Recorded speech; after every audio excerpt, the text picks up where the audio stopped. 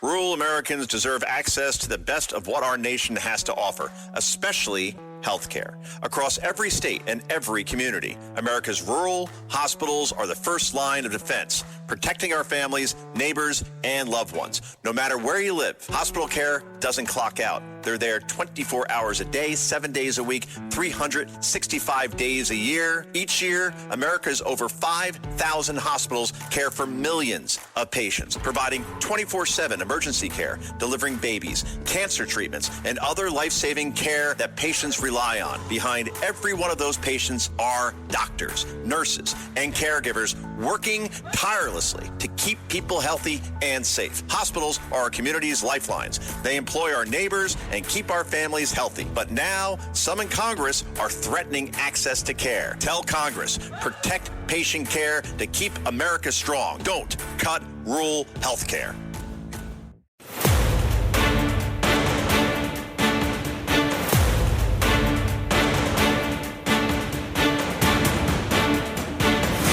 Now, from New York City to the world, it's Dominic Carter. Wow. The FBI has made its final sweep of Nancy Guthrie's house, and a sign the investigation has hit a dead end. And, you know, I don't want to be graphic, and I'm not going to put these things out there, but living in Arizona, if things haven't worked out for this 84-year-old mom, you know, will they ever find her? If she's deceased, has her body been left in wildlife? You know, the things that go on from that. It's just horrible for that entire family. Moving on here, look at the things Democrats did last night. Dominic Carter here with you, 800-848-9222. Look at the things Democrats did last night during President Trump's State of the Union address. Congresswoman Rashida Tlaib fuels outrage after chanting KKK. Some of you called up last night. I didn't have the details. That's why I didn't want to go with it, because I wasn't sure. But indeed, as you folks often are correct, she chanted KKK during the president's address. Look at Ilhan Omar shouting at the president, "You killed Americans." And leadership from Democrats, what do? They protect their own. Senate Minority Leader Charles Schumer. What did you think when he asked him to stand? Bottom line is very simple. We agree we need to protect Americans. He's not. By his reckless ICE agency in Minnesota, 2 Americans were killed. Americans are being pulled out of their cars and beaten. Americans' houses, the doors are being knocked down, without a warrant. And no other police department in America, run by Americans, has done what ICE has done. So yes, we want to protect Americans. He's not doing it, and that's why the American people are against what ICE is doing.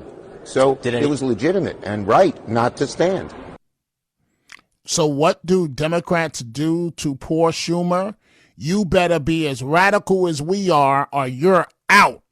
That's the bottom line for any Democrat in America these days. 800-848-9222. A big controversy as it relates to New York City. You want to shovel snow for the city of New York, right? Which is a wonderful thing.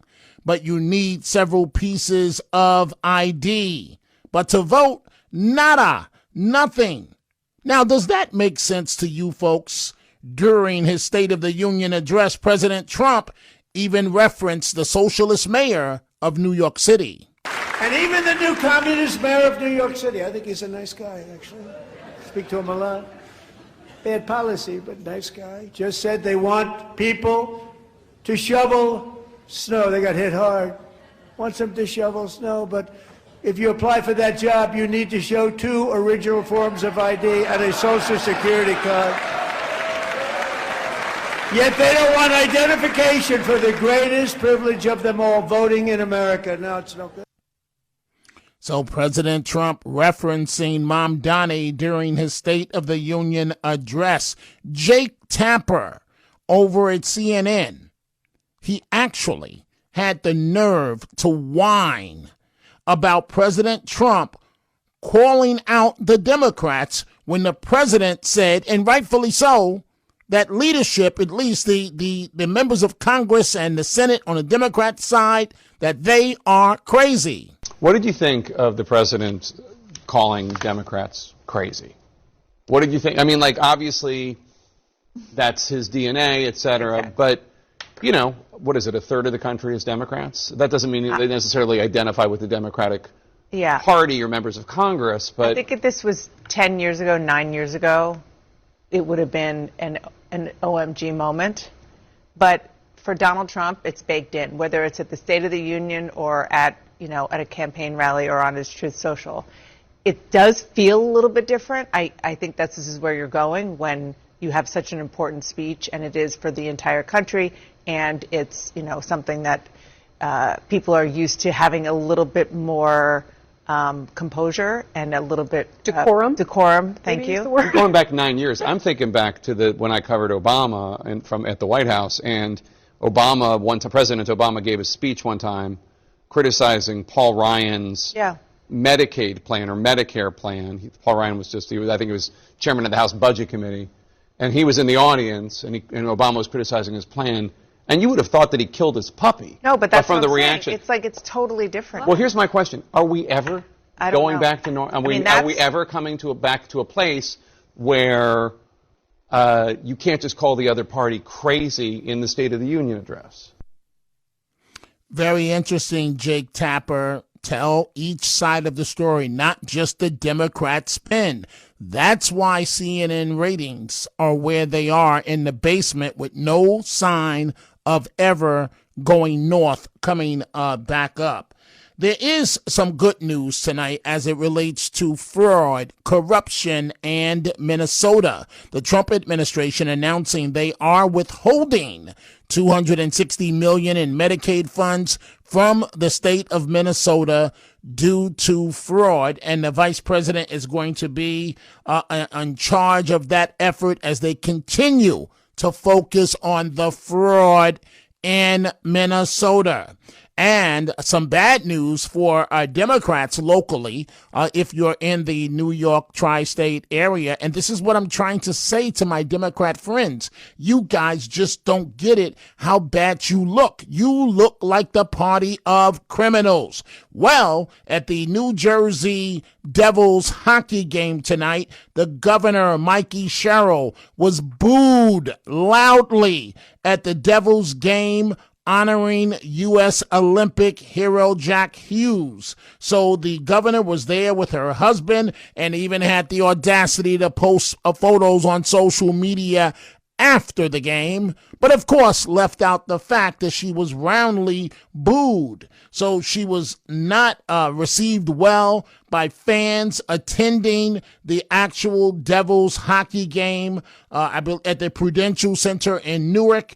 And again, it marked the NHL return of Team USA Olympic hero Jack Hughes, who scored the winning goal against Canada in that gold medal game on Sunday. So welcome home, hero and governor, Democrat governor of New Jersey. Good luck with that. So let's go back to Mamdani and a situation that has occurred, a big situation here in New York, a big controversy. Mamdani is outright indifferent to the fact that police officers were hit in the face with snowballs repeatedly. I want you to listen, folks, to the many ways reporters tried to get him to answer, to say something, only to be told the same thing, essentially, that he doesn't care about cops. I guess barely he cares a little bit about the ones assigned to protect him. I'm not going to be banning snowball fights or organized snowball fights. I've shared my thoughts with New Yorkers. What I saw yesterday in these videos was a snowball fight that got out of hand. I believe that our officers, just like any city workers, deserve respect. And once again, I think these are the views that I've shared both kind of in public as well as in any conversations I've had. That is the mayor of New York City responding to the situation. So that was the condensed version of what Mamdani had to say. Now I want you to listen to the extended version. And Matt Blaze, this is soundbite number 1. Folks, listen to the different ways reporters tried, and he just would not answer. So, Mr. Mayor, are you willing to revise your statement regarding the snowball fight, given that this was not exactly a friendly back-and-forth snowball fight? The police that were there were not throwing any snowballs. They were getting pelted themselves. And number 2, have you considered or would you consider banning these crowdsourcing events because they can and sometimes do get out of hand? So I'm not going to be banning snowball fights or organized snowball fights. I've shared my thoughts with New Yorkers, and I continue to believe that what we are seeing in this response to this winter blizzard from the city workers as a whole, and that includes the hardworking men and women of the NYPD, is part of why the city's getting back on its feet, and I'm appreciative of that work. Police department put out 4 pictures of people they're looking for, saying that they may have assaulted police officers. I wonder what your reaction to that is, if you think that they should be prosecuted if they're caught, and if you've talked to the police commissioner about that. So I stay in regular touch with my police commissioner, and I appreciate the work that she's doing. I've said time and time again that having seen these videos, to me it was a snowball fight that got out of hand, and it should be treated accordingly. So I've said again and again of what I think it was. Hey, Mr. Mayor. Hi. I'm trying to get in the spirit of the snow here. Yeah. Just to follow up on Marcia's question, I think people are wondering why you and the police commissioner don't seem to be on the same page regarding the snowball fight. Is there a distance between you and the police commissioner when it comes to this? I've said again and again of my views on this snowball fight, and I'm appreciative of the work that my police commissioner does and the work that we are doing to keep New Yorkers safe across this city, and that's the work that I'm looking forward to continuing. All right. Thank you. So there you have it. The reporters tried every way that you can possibly imagine. Basically, what they were saying is that you're the mayor of the entire city of New York. You are supposed to represent the police officers that put their life on the line each and every day in every possible way that he could minimize it. That's exactly what he did. This guy does not like cops. Let's go to line 2, Robert in Queens. Good morning, Robert. What's on your mind? Yeah, how you doing? Mamdani keeps on saying that it was just a regular snowball fight. But usually a snowball fight means it's meaning that 2 people are having fun having a snowball fight. They were attacked. The cops didn't want to be hit by snowballs. So he didn't mention that it's not just a regular snowball fight. They were being attacked. Oh, he didn't forget that. That's his convenient way of excusing it away. He didn't forget any. When you're the mayor of New York City, you know very well what words to use, what words not to use. That's how you got elected mayor. He intentionally is doing that, Robert. Go right ahead. Right, so I'm saying he thinks people are going to believe that it was just an innocent snowball fight between these people and the cops, but the cops were not fighting, throwing back snowballs. They were being attacked. But he knows how to spin everything to make it look like it was nothing. The kids didn't do anything wrong. It was perfect. Nothing bad happened. Right. And also about Schumer, he doesn't care about the people that were killed by the illegal aliens. How about those lives don't matter? Schumer, I got to take a break, Robert. Thank you for the great call. Schumer's in the fight of his life. Time for a break, folks. We are coming right back. The Dominic Carter Show on the Red Apple Podcast Network.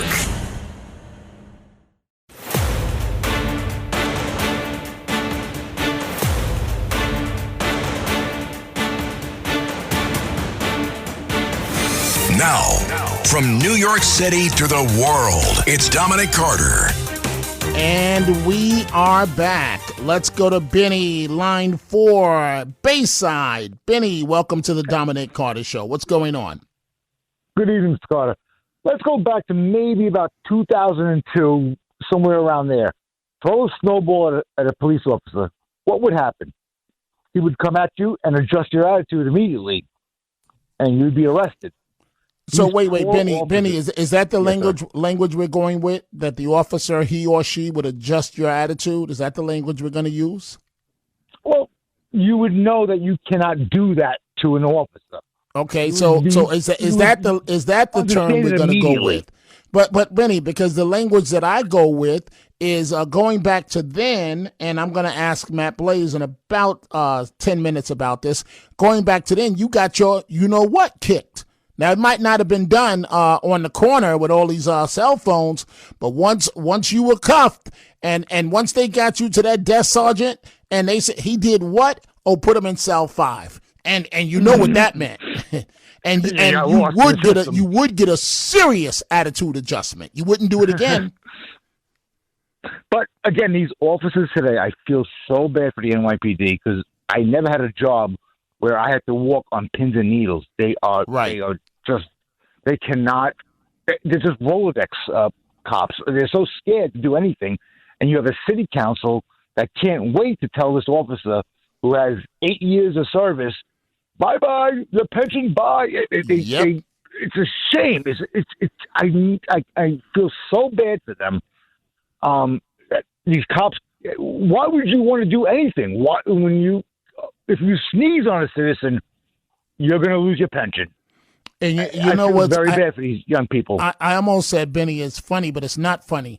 What these quote unquote kids don't understand, they're laughing as they're hitting the cops with snowballs. And yes, I'm going to use this term. Homeboy, the joke is on you because your life is over. You just don't know it yet. Take the city of New York out of it. Take the officer out of it. You have no future, and you're about to find that out. So you won today hitting this cop with a snowball, but your life is going downhill, buddy. In fact, this is, hey, Benny, I got to move on. Thank you for the great call. This is the highlight of your life. The highlight of your life. It's all downhill from here. Teddy in Yonkers, line 1. Teddy, what's on your mind? Yeah, Dominic.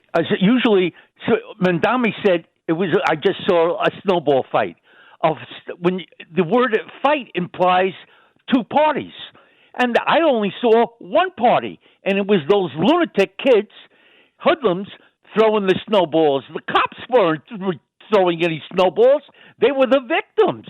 Okay, so a fight usually involves two parties, and then let's assume that Mandami was speaking and he was pelleted with snowballs. I assure you, the cops would have arrested these people who would have thrown the snowballs at Mandami, and he unfortunately doesn't talk about that type of incident. So okay, now Teddy, I don't want your head to explode, okay, but I do need to say this to you. Your rhetoric and people like you that are so adamant against Trump is what tells these young kids that they can go out there and do this stupid stuff. Do you understand that or no? No, I will disagree with you on that. For years, the times that I've spoken to you, I said to you, I'm 100% in agreement with you in dealing with crime, okay? Regardless of where it comes from. I never, ever said that, okay? That my talk against Trump, okay, dealing with his rhetoric and how he conducts himself, okay? I never, ever gave Okay, you State of the Union, impression, quickly, okay? Teddy. What grade would you give the president? State of the Union address. A B. A B. Okay, fair enough, Teddy. Thank you for the call. Time for a break, folks. We're coming right back.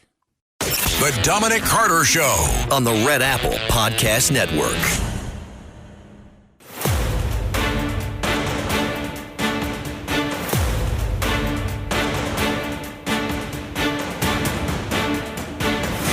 Now, from New York City to the world, it's Dominic Carter. I'm not going to be banning snowball fights or organized snowball fights. I've shared my thoughts with New Yorkers. What I saw yesterday in these videos was a snowball fight that got out of hand. I believe that our officers, just like any city workers, deserve respect. And once again, I think these are the views that I've shared both kind of in public as well as in any conversations I've had. New York socialist mayor Matt Blaze, I haven't gotten your take on this before we get back to all of these telephone calls. What gives? How do you see this? Well, I mean, I agree with him, with Mayor Mamdani, that he should not be banning snowball fights or organized snowball fights. What he should be doing is condemning people pelting police officers in the head with snow and snowballs and very packable snow. This was not like this light, fluffy, when you try to make a snowball, it kind of falls apart. This was heavy, wet snow that when you pack it, it gets hard quickly. That should be condemned.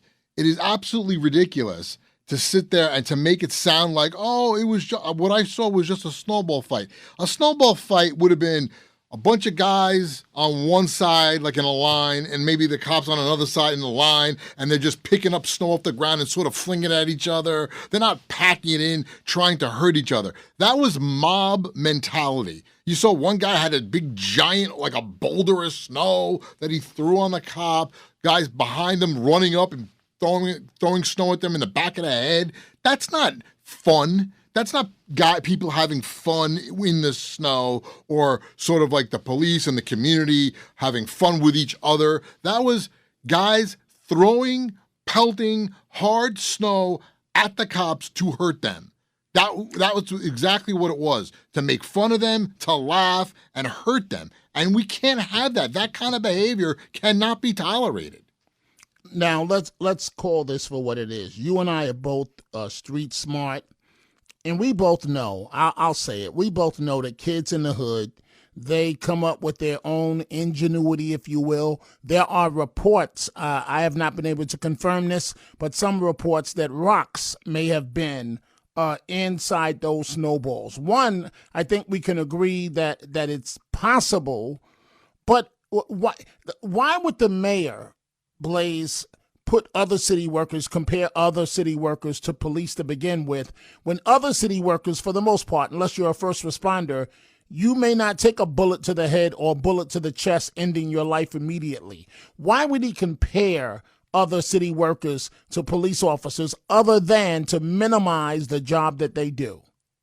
Well, that's exactly it. He's making it sound like they're just city workers, or they work for the city of New York like anybody else does.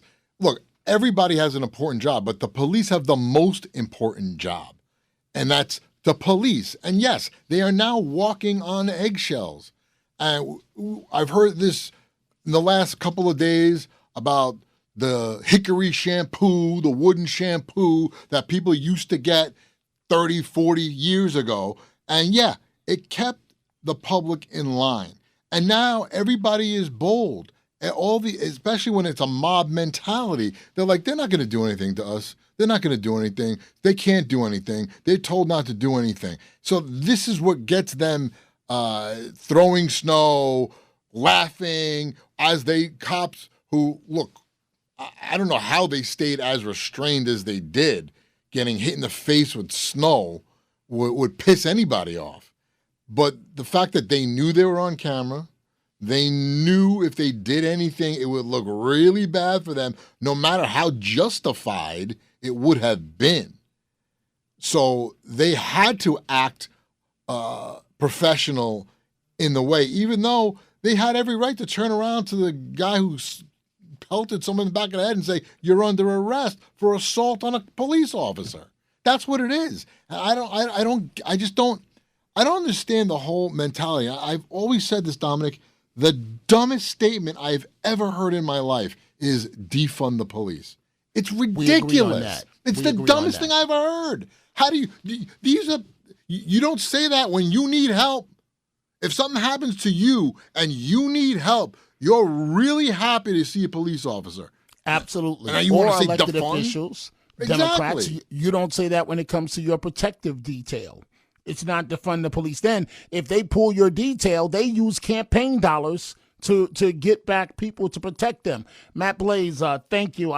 We agree on this one. I got to get you perhaps tomorrow on the snow to see how you handled the snow, but and how your dog is doing. But let me go to Trump hater number one here, and I mean Trump hater number one, Dave on line 4 in Comac. Dave, good morning. What's on your mind?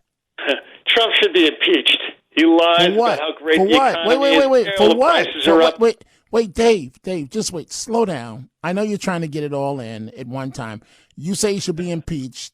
First of all, why don't you tell me your impersonation of the snowball fight? How about that? Well, let me tell you something. I have a lot of respect for NYPD, but I don't have any respect for the transit authority cops, and I'll tell you why. This past 1 week ago... It's got to be quick. Go ahead. It'll be quick. Okay. I'm in Rose Pizza waiting in a bathroom line. The cops So here we show go up. again. Here we go again. Is this the same story you told me about? You couldn't go to the bathroom at Trump Tower, and that's why you hate Trump? No. This is different. You didn't tell me that story? I did. And so, just so that we can all put this in perspective, you don't like the President of the United States because you walked in off the street and wanted to use one of his restrooms, and a security guard, on instruction of management, told you no. And as a result of that, excuse me? I have prostate issues and have medical documentation. And so, okay, so wait a minute. So they don't know you got prostate issues, and frankly, do they care? And they're not supposed to care. Do you think, Dave, should somebody risk losing their job because of your prostate issues? Yes. Dave. And they can. Dominic is done with you. We'll try this again another night. Right now, lose Dave. You're not making any sense whatsoever. Why do Dave have so many bathroom stories? That's what I want to know. Right, because I don't buy any of them. I mean, it's another story with the transit police, and you got prostate issues. I'm not minimizing your prostate issues. But, Matt Blaze, would you risk losing your job if Trump management said the restrooms are not available to the public? Would you risk losing your job for somebody with a prostate issue? Of course not. He didn't walk in and go, I have prostate issues. I need to use your restroom. Come, please. And that's the first time. He's told that story a million times. That's the first time he's ever said he had prostate issues. Right. Not that it matters. So the story gets, what's the right word? Embellished. Every time that we talk to him, Trump should be impeached. Well, why? Because I needed to use the restroom, and one of his guards out of thousands would not let me use the restroom. And I don't have respect for the transit cops because I went to use the bathroom. Wait a minute. Right. Why does every story involve a bathroom? Right. Is that the only story Dave can think about? Right. Is some kind of bathroom story? Yeah, I don't get it. I don't get it.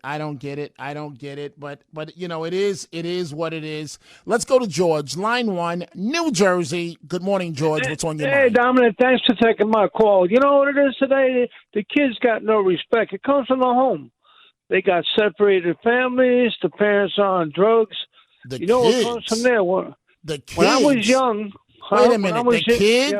The kids. These are little thugs in training. What do you mean, the kids? They got no respect for older people. Well, let me put it to you this way, George. Let me put it to you this way.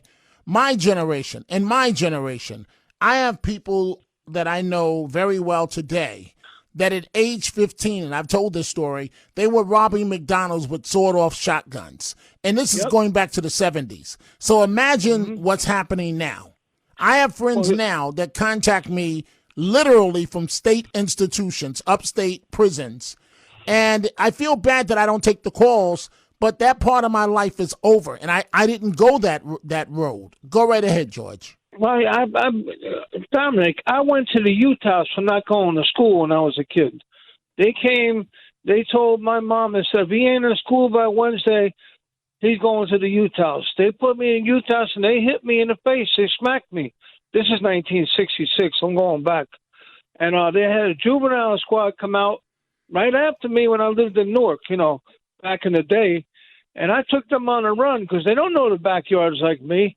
And they got all cut up with barbed wire and everything. And when they finally got me in the youth house, they put me in a quiet room. They said, you cut all our men up. My men got stitches. I said, well, and that's why I changed my life today. Or else I probably would have went to prison. I was a young kid. I was wild. I had a separated family. And, that's how it is. But it straightened me out because they had hit me and it straightened me out. I hear you, George, and I'm glad things worked out for your life. That's good news. So, hey, Blaze, before I go to Marianne in Queens, whatever happened to Scared Straight? Remember they would send the kids to the prison and they would scare the life out of them? I think now these kids, these little thugs in training, will scare the inmates. Yeah, they don't care. And even on the Scared Straight, there were kids that didn't care. Right. You see some of them, they got it. The other ones, for whatever their reason, whatever their upbringing was, they didn't care because they kind of knew, like, they're not going to do anything to me. And they should have let the inmates, the ones with murder, they should have let one or two of them tighten them up. Give them an attitude adjustment. Listen, attitude adjustments worked. We just sorry, heard, we just it heard worked. Right. It did work, Right. and now you go, Right. oh, you can't do that. Right. Well, look, now this is what we have now, because there's no fear. There's no fear of consequence. They don't care because they go, no, I'm not gonna do anything. Just like we saw with the cops. They don't care. They're not gonna do You care anything. if you got shot in the face. Right. You care then. Right. Of course. Right. Of course. Thank you, Blaze. Let's go to Marianne, line 5 in Queens. Good morning, Marianne. What's on your mind? Good morning, Dominic. I was listening what Rashida Tlaib said about the Ku Klux Klan, calling Trump and the Republicans there by that name. Doesn't she know that the creator of the Ku Klux Klan was a Democrat named Nathan Bedford Forrest that created it by using violence and doing a lot of things that the Democrats are doing now, putting in the street people, attacking people, killing people, stealing in those stores to create misery and bankruptcy in United States. Marianne, you know she, Marianne, I appreciate what you're saying. You know she doesn't care about that, nor is she informed about that. So it's useless to even discuss it. She doesn't care. All she cares about is the incendiary words of saying KKK. Go right ahead before I move on to the next call. Yes, but what about the modern Democrats that shut down the economy 43 days, bringing the economy down and making all these people without a job? Again, they're going to spin that. They're going to say they're going to spin it. They're going to say it's Trump's fault that they had to take action. Well, I'm not saying that you're wrong, Marianne. I'm just telling you got to look at it from all sides because these crazy Democrats, and thank you for the call, they're going to spin it. Let's go here. Let's go to line 3. Pete in Lakewood. Pete, what's on your mind? Oh, he's just going to hang himself, like you say. They assaulted police officers. Let us keep talking. Bill, you have a photo of him doing what he did. Little by little, he'll be ruled a liar. But Pete, I hate to burst your bubble. You and I agree that what he's doing is reckless and dangerous, but you got to know that half the city, at least 40% of the city, they're going, go Mom Donnie, go against the police department. Thank you for the call. Anything that's against the police, anything that's against the establishment, at least 35 to 40% of the city is going to agree with him. How do you think that this, I almost said this fool, but I shouldn't say that about the mayor of New York, even though I just said it. How do you think that he was elected mayor to begin with? 800-848-9222. Time for a break. We see all of your telephone calls. We're going right back to them. The Dominic Carter Show on the Red Apple Podcast Network.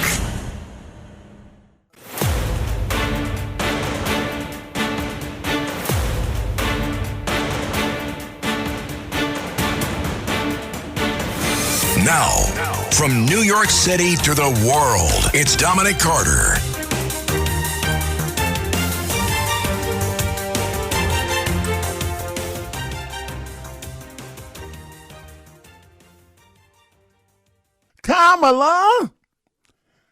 Kamala has resurfaced.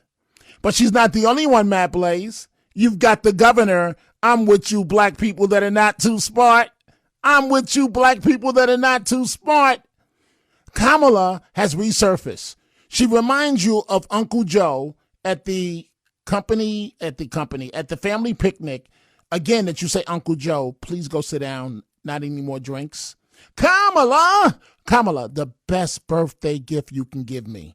Please, Kamala, please run for president, because then the Republican nominee will win every battleground state again. Matt Blaze, Yetta. I didn't know Yetta's turning 80, as she just said. Wow. She just posted on YouTube and sent it to me. She just did a Barry White, and she might have you beat. Now, the intro took her a while. Yeah.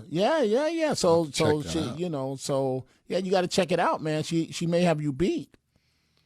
She thinks she can have some of this, baby. Come on, Yetta.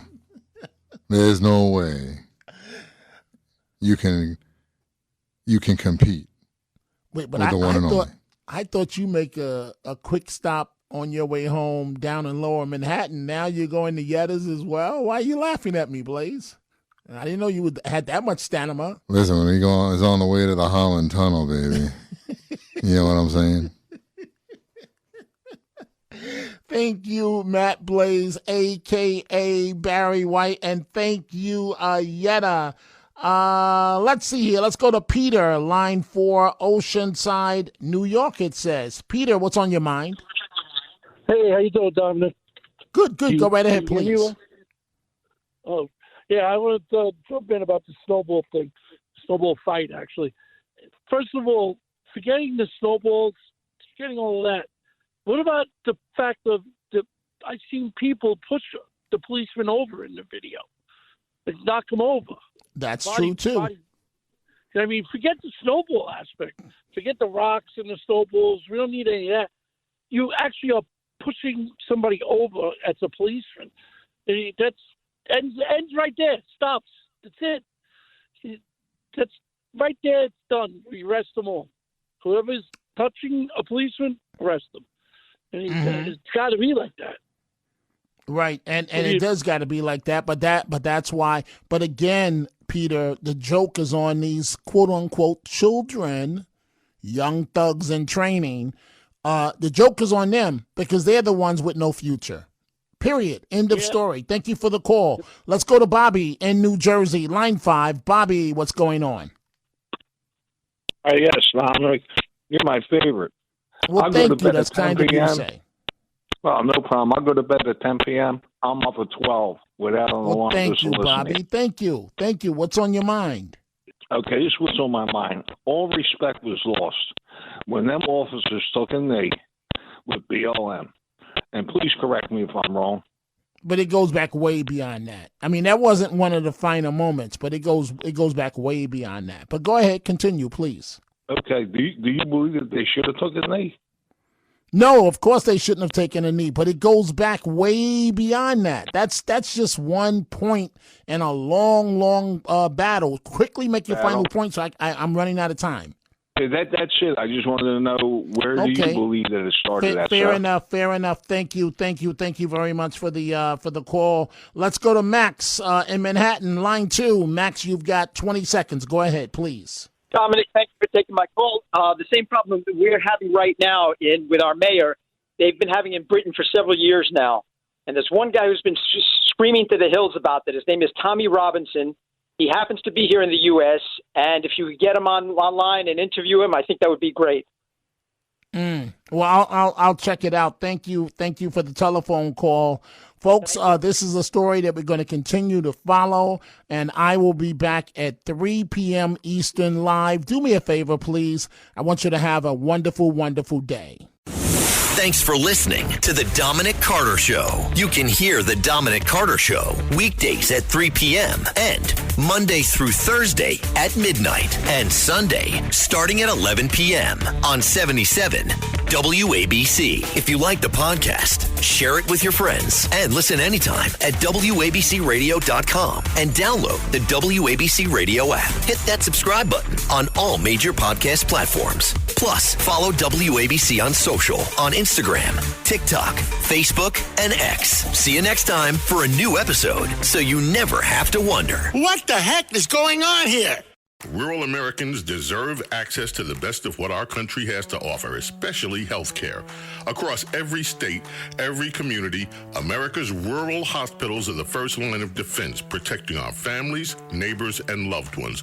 No matter where you live, hospital care doesn't clock out. They're there 24 hours a day, 7 days a week, 365 days a year. Each year, America's over 5,000 hospitals care for millions of patients, providing 24/7 emergency care, delivering babies, cancer treatments, and other life-saving care that patients rely on. Behind every one of those patients are doctors, nurses, and caregivers working tirelessly to keep people healthy and safe. Hospitals are our community's lifelines. They employ our neighbors and keep our families healthy. But now, some in Congress are threatening access to care. Tell Congress, protect patient care to keep America strong. Don't cut rural health care. LifeLock, how can I help? The IRS said I filed my return, but I haven't. 1 in 4 tax-paying Americans has paid the price of identity fraud. What do I do? My refund, though. I'm freaking out. Don't worry, I can fix this. LifeLock fixes identity theft guaranteed and gets your money back with up to $3 million in coverage. I'm so relieved. No problem. I'll be with you every step of the way. 1 in 4 was a fraud-paying American. Not anymore. Save up to 40% your first year. Visit LifeLock.com/podcast. Terms apply.